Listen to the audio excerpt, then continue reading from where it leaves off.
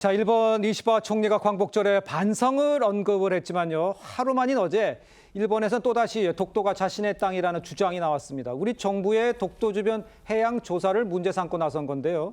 또다시 이런 억지 주장을 되풀이하면서 과연 한일 관계 개선이 될지 이 기대감에 찬물을 끼얹었다 이런 비판도 나오고 있는데 우리 최 교수님께서는 글쎄요 이걸 어떻게 평가를 하십니까? 일본은 말이죠 우리가 가까이 해야 할 이웃이에요. 그렇습니다. 이재명 대통령 말씀 예. 하나 바로 이제 앞마당을 같이 쓰고 있는 이웃인데 네. 동맹은 아닙니다만 일본은 우리가 잊지 말아야 될 게 너무 많아요. 제가 최근에 그 고종과 이토 히로부미라는 책을 읽어봤고 네. 광복절에 대해서 저 나름대로 대한제국에 대한 여러 가지를 좀 봤는데 일본이 우리에게 한 거는 우리가 정확히 기억하고 있어야 돼요. 그렇다고 그 과거에 제가 얽매이라는 얘기 절대로 아니에요. 네.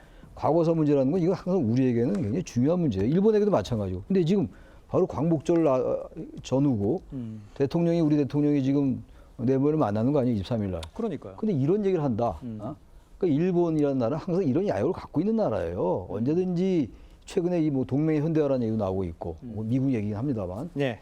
이 상황 속에서 한미일 협력 관계를 바라는 미국의 심정을 이용을 해서 어떻게든 동북아에서 안보나 군사적인 어떤 패권을 유지하겠다는 게 일본의 야심일 거라고 전 봐요. 따라서 우리가 미래지향적인 관계를 가지고 가되 정확하게 일본 과거사에 대한 따지건 따져야 돼요. 알겠습니다. 그야말로 투트랙으로 이런 거 하는 거 보세요. 예. 이게 할 수 있는 얘기입니까 지금? 알겠습니다. 대한민국을 얼마나 가볍게 보면 이렇게 하냐고요. 있을 수 없는 얘기죠. 근데 여기에 이제 이시바 총리 평소처럼 야스쿠니 신사에 이제 곡물 대금을 복납을 했고요. 또 일본 차기 총리 후보로 꼽히는 정치인들 다수가요. 앞다퉈서 지금 야스쿠니 신사를 참배를 했습니다. 그러니까 이제 우리 정부는요. 즉각 일본 측의 독도와 야스쿠니 문제에 대해서 모두 유감을 표했고 그런데 지금 언급해 주셨습니다만 이재명 대통령 이제 한미 정상회담에 앞서서 오는 23일 한일 정상회담을 갖게 되는 거 아니겠습니까? 그렇다면 이 자리에서 새로 대통령이 돼서 한일 간 이 민감한 이 주제에 대해서 이걸 주요 의제로 다룰 수 있는 건지 그렇다면 만나면 어떻게 얘기를 해야 되는 건 이건 어떻게 보세요?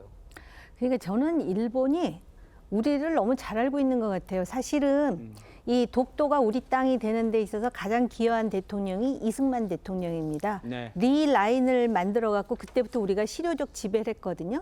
그렇기 때문에 그 이후로 일본 정부는 한 해도 빠짐없이 독도에 대해서 이의 제기를 했었어요.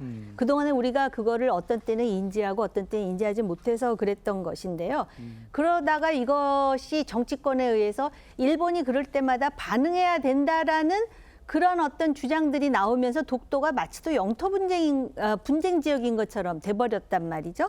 그런데 23일 날 미국을 방문하러 가기 전에 이재명 대통령이 꼭 일본을 방문해야 되는 이유에 대해서 제가 아직 들은 바는 없지만 네. 일단 한일 간의 어떤 미래지향적인 관계를 만들기 위해서 가는 거 아닙니까? 그렇죠. 그렇다면은 뭐 독도라든지 과거사 문제와 관련해 가지고 공식으로 이것을 그 총리와의 회담에서 문제 제기는 하지 않더라도 공식이 아닌 다른 전략적 방법으로 우리 땅이니까 건드리지 말라고 할 수 있는 여러 가지 전략이 있을 수 있어요. 네. 앞으로는 그렇게 하면서 제가 볼 때 이시바와는 그 사실은 뭐 안보라든지 경제와 관련한 미래 문제를 하되 독도에 대해서는 우리 건데 일본이 우리에게 어떤 행동을 한다 그래서 거기에 대해서 저항하거나 이의 제기 못하는 그런 방법들을 많이 좀 찾아냈으면 좋겠습니다. 알겠습니다.